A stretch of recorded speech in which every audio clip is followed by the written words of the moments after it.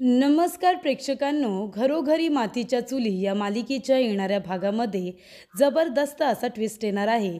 तर इथे सयाजी विखे पाटीलच्या अड्ड्यावरती आता जानकी आणि ऋषिकेश दोघेजण धाड टाकून नानासाहेबांना सुखरूपरित्या घरी घेऊन येतात आणि त्याचबरोबर ऐनवेळी महिपतने धोका दिल्यामुळे ऐश्वर्या आणि सयाजी विखे पाटील दोघेजण खूप मोठ्या संकटात सापडलेले असतात। तर प्रेक्षकांनो, इथे कशा पद्धतीने आता जानकी आणि ऋषिकेश नानासाहेबांना घरी घेऊन येतात आणि इथे आता महिपतमुळे सयाजी विखे पाटील आणि ऐश्वर्या कशा पद्धतीने गोत्यात येतात आजच्या भागामध्ये सविस्तरपणे आपण बघूया। तर प्रेक्षकांनो, आपण बघितलं इथे आता सयाजी विखे पाटील यांनी महिपतला सांगितलेलं असतं की तू नानासाहेबांना इथून मुळशीमधून तुझ्याकडे किडनॅप करून ठेव, नानासाहेबांना पनवेलला घेऊन जा, जेणेकरून मुळशीमध्ये ते कुणालाही सापडता कामा नये। कारण इथे सयाजी विखे पाटीलला माहिती असतं की रणदिवे कुटुंब हे नाव खूपच जास्त मोठं आहे, त्याच्यामुळे मुळशीमध्ये आधी सौमित्रने त्याचबरोबर इथे ऋषिकेशने आपली माणसं सगळीकडे शोधायला लावलेली असतात। अख्खं मुळशी पिंजून काढलेलं असतं, पण नानांचा काही पत्ता लागत नाही। आणि प्रेक्षकांनो, आपण बघितलं इथे नानासाहेबांनी अर्जुनच्या गाडीमध्ये जो मेसेज लिहून ठेवलेला असतो की मी नानासाहेब रणदिवे, मला मदतीची गरज आहे, मला वाचवा। हा मेसेज आता अर्जुनने वाचल्यानंतर सायली जानकीला फोन करून सांगते की नानासाहेबांनी आमच्या गाडीमध्ये हा मेसेज लिहून ठेवलेला आहे। तेव्हा जानकी विचारते, याचा अर्थ नानासाहेब आमचे पनवेलमध्ये असतील का? तेव्हा सायली म्हणते की नानासाहेब पनवेलमध्ये असतील आणि ते लवकरच तुम्हाला सापडतील। पण ह्या गोष्टीवरून एक गोष्ट सिद्ध झालेली आहे की नानासाहेब जिवंत आहेत। आणि जेव्हा सायली ही बातमी आता जानकीला सांगते तेव्हा जानकीला खूप आनंद होतो आणि जानकीकडून एक चूक झालेली असते, ती म्हणजे ऐश्वर्याच्या समोर जानकी भावनेच्या भरात बोललेली असते की नाना जिवंत आहेत आणि ते पनवेलमध्ये आहेत। ही बातमी जेव्हा ऐश्वर्याला कळते तेव्हा ऐश्वर्याला खूप मोठा धक्का बसतो, कारण नानासाहेब रणदिवे हे पनवेलमध्ये आहेत ही बातमी फक्त ऐश्वर्या आणि सयाजी या दोघांनाच माहिती असते आणि महिपतला। मग ही बातमी आता ह्या जानकीला कशी कळली? पण जानकी एका गोष्टीची दक्षता घेते, सायली आणि अर्जुनचं नाव ती कुठेही घेत नाही आणि त्यामुळे इथे ऐश्वर्याला कळत नाही की ही गोष्ट सायलीने तिला सांगितलेली आहे। तेव्हा इथे आता जानकी भावनेच्या भरात तर बोलून गेलेली असते, तेव्हा ऐश्वर्या सयाजी विखे पाटीलला फोन करून सांगते की डॅड, एक काम करा, माझं काही खरं नाही आहे। त्या जानकीला कळलंय की त्या म्हाताऱ्याला आपण पनवेलमध्ये ठेवले आणि ती जानकी आता पनवेलला जायला निघाली, तिच्याबरोबर ती अवंतिकासुद्धा आहे। तेव्हा इथे सयाजी म्हणतो, अगं तू कशाला काळजी करतेस, मी तिला अडवतो ना, ती तिथे पोचू शकत नाही। तेव्हा इथे आता ऐश्वर्या म्हणत असते, डॅड, तिला जर आपण काही केलं ना तर ती अवंतिका तिच्याबरोबर आहे, मग त्यातलं एक तरी कुणी जिवंत राहिलं ना तरीसुद्धा सगळं पाळत आपल्याकडे फिरेल। त्यापेक्षा एक काम करा ना डॅड, तिला पनवेलला जायचं आहे तर जाऊ दे, पण तुम्ही त्या म्हाताऱ्याला तर तिथून गायब करू शकता ना, जिथे त्या महिपतने त्या म्हाताऱ्याला किडनॅप करून ठेवले। तेव्हा इथे प्रेक्षकांनो सयाजी म्हणतो, बरं बरं ठीक आहे, तू नको काळजी करू, त्या म्हाताऱ्याचा बंदोबस्त मी करतो। तेव्हा इथे ऐश्वर्या म्हणते की चला, आता डॅडला सांगितलंय ना, आता डॅड माझं काम नक्की करणार। आता तो म्हातारा त्या जानकीला भेटणारच नाही, जर तो म्हातारा जानकीला भेटला ना तर माझं काही खरं नाही, माझी वाटच लागेल, कारण मग तो नानासाहेब सगळ्यांना सांगेल की त्याला जिन्यावरून मी ढकललं होतं आणि त्याचं किडनॅपिंगसुद्धा मी आणि डॅडने मिळून केलं आहे। ही गोष्ट जर सगळ्यांना कळली तर मग आमचं काही खरं नाही आहे, त्या ऋषिकेशच्या आधीच आम्ही दोघेजणं फासावरती जाऊ। तेव्हा इथे अवंतिका आणि जानकी या दोघींनी आता सांगितलेलं असतं की पनवेलमध्ये नानांना शोधायला ते कुठे जाणार आहेत। तेव्हा ऋषिकेश आणि सौमित्र यांना लाईव्ह लोकेशनसुद्धा पाठवलेलं असतं। त्याचबरोबर महिपतने नानांना किडनॅप केलं असेल असं ऋषिकेशला जाणवलेलं असतं, कारण ज्या वेळेला आता कम्प्युटरमध्ये सगळी माहिती चेक केली जाते, नेटवरती सर्च केलं जातं की महिपत शिखरे आणि सयाजी विखे पाटील यांची काही मैत्री आहे का? तेव्हा इथे ऋषिकेश म्हणतो, सौमित्र, आता तू बघ, मधुभाऊ जेव्हा आपल्या इथे राहत होते, जानकीने त्यांना इथे आणलं होतं, तेव्हा ऐश्वर्याचा आणि सयाजी विखे पाटीलचा त्यांच्याशी काही संबंध होता का? तेव्हा सौमित्र म्हणतो नाही।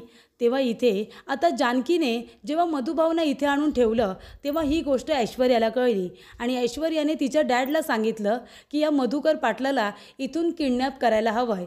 आता तू मला सांग, जर सयाजी विखे पाटीलचा इथे मधुभाऊंजवळ काही संबंध नाही तरीसुद्धा त्यांनी माणसं पाठवली त्यांना किडनॅप करायला, कारण का?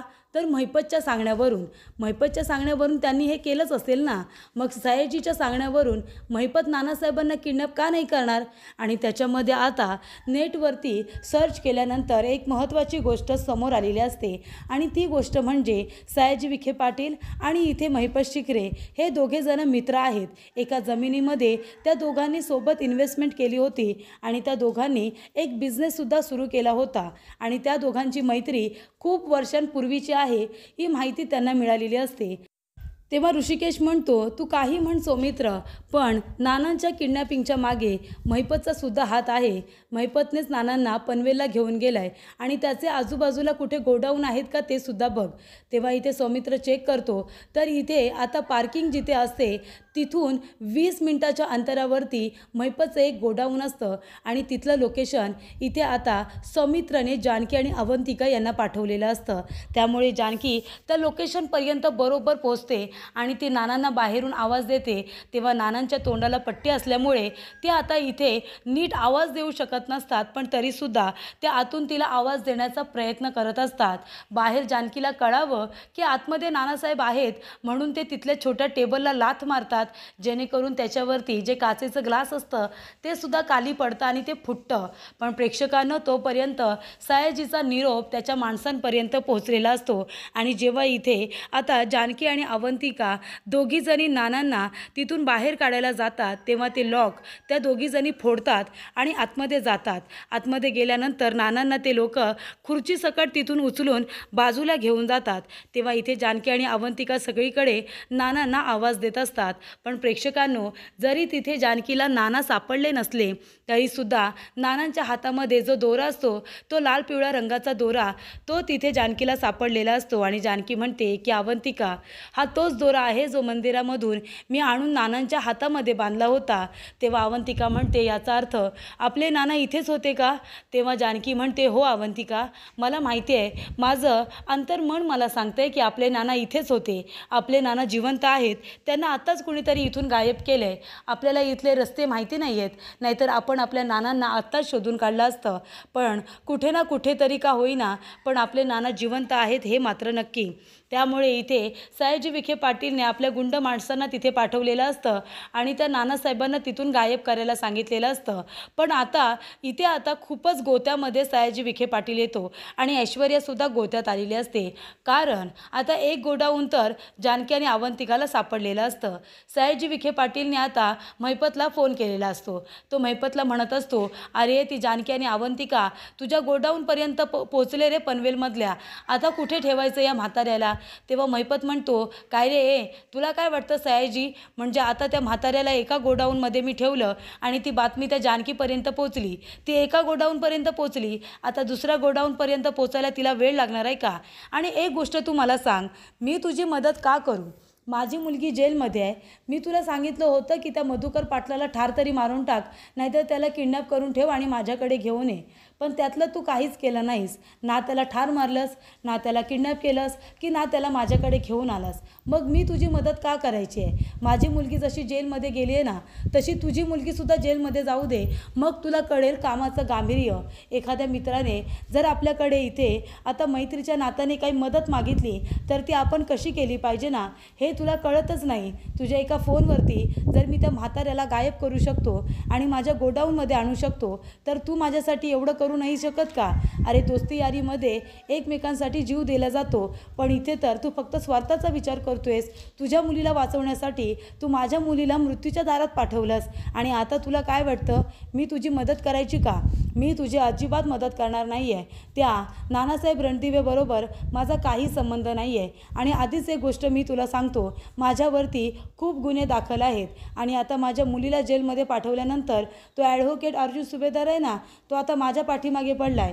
माझ्या विरोधातसुद्धा तो पुरावे गोळा करतोय. मी केलेले क्राईम तो शोधून काढतोय. मी केलेल्या चुका ह्या त्याला आता दिसत आहेत. त्याच्यामुळे माझ्या मुलीला बाहेर काढता जर त्या अर्जुन सुभेदारने मला जेलमध्ये टाकलं तर. आणि एक गोष्ट लक्षात ठेव, मला अजून एक बातमी कळली, ती जानकी आणि सायली या दोघीजणी बहिणी आहेत. म्हणजे त्या मधुकर पाटलाने दोघींना आश्रमामध्ये लहानाचं मोठं केलं ना.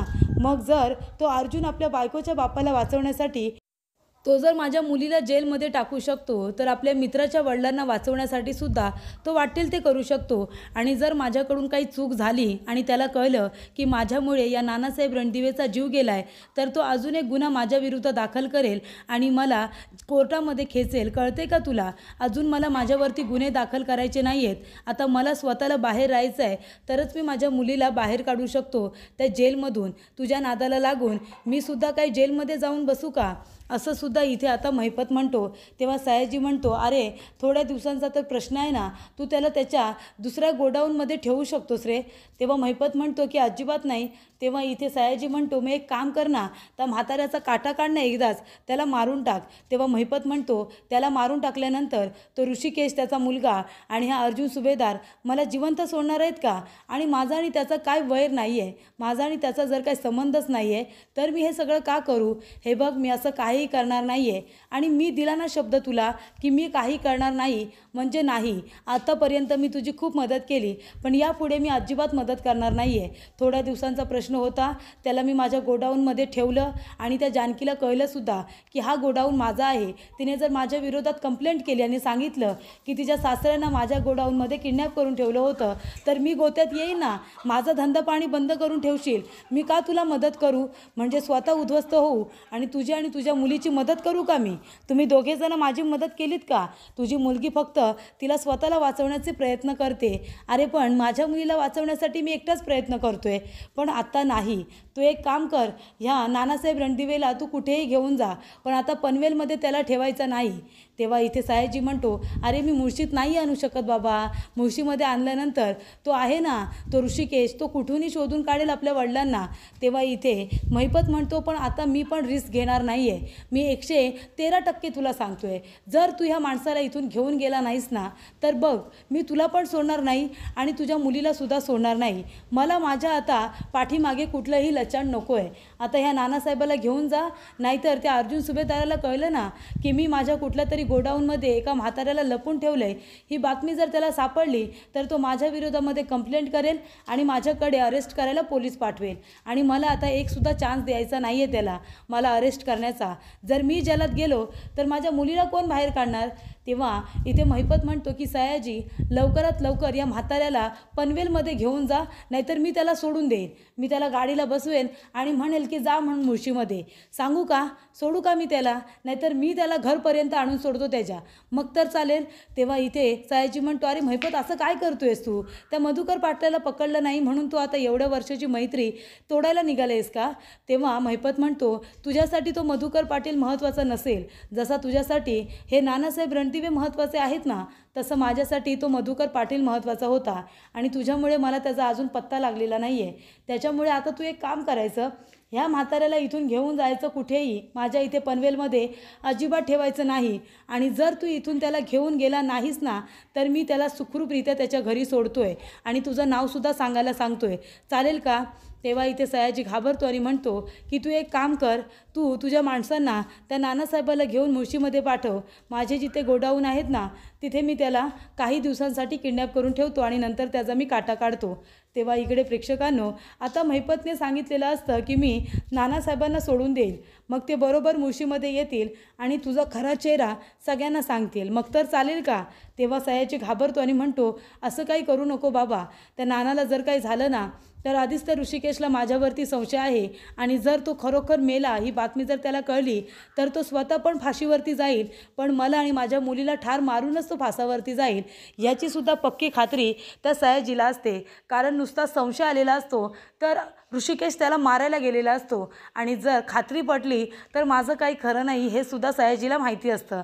त्यामुळे इथे सयाजी त्याच्या माणसांना पाठवून आता इथे नानासाहेबांना घेऊन येतो आणि आपल्या गोडाऊनमध्ये ठेवतो. तेव्हा इथे प्रेक्षकांनो, जानकी आणि ऋषिकेश दोघेजण बोलत असतात. तेव्हा जानकी म्हणते, ऋषिकेश, त्या गोडाऊनपर्यंत आम्ही महिपतच्या पोचलो होतो. तिथे ना आम्ही जसा नानांना आवाज दिला तसा एक काचेचा ग्लास फुटला आणि त्याचबरोबर ते लोक नानांना तिथून घेऊन गेले. पण त्यांचा हा दोरा, हातातला लाल पिवळा दोरा, हा मी बांधलेला आहे. मला माहिती आहे ना माझे वडील कुठे असतील आणि कुठे नाही, हे मला कळणार नाही का? तेव्हा ती म्हणते, हे बघ, हा दोरासुद्धा आहे ना, तो मीच बांधलेला होता. तुमचा विश्वास आहे ना माझ्यावरती? तेव्हा इकडे आता ऋषिकेश म्हणतो, माझा तुझ्यावरती पूर्ण विश्वास आहे. तेव्हा ऋषिकेश म्हणत असतो, तुला माहिती आहे का जानकी, आपल्या नानांना त्या सयाजी विखे पाटीलने त्याच्या मित्राला म्हणजे महिपत शिखरेला इथे आता किडनॅप करायला सांगितलं होतं. मी नेटवरती सर्च केलं. महिपत आणि त्याचबरोबर सयाजी विखे पाटील हे दोघेजण मित्र आहेत. आता महिपतच्या सांगण्यावरून जर सयाजी मधू भाऊंना किडनॅप करू शकतो, तर इथे आता सयाजीच्या सांगण्यावरून तो महिपत आपल्या नानांना किडनॅप करूच शकतो ना. म्हणून तर महिपतच्या गोडाऊनमध्ये आपले नाना तिथे आहेत हे आपल्याला कळलं. तेव्हा इथे प्रेक्षकांनो, आता जानकी आणि ऋषिकेशच्या सगळ्या गोष्टी लक्षात आलेल्या असतात.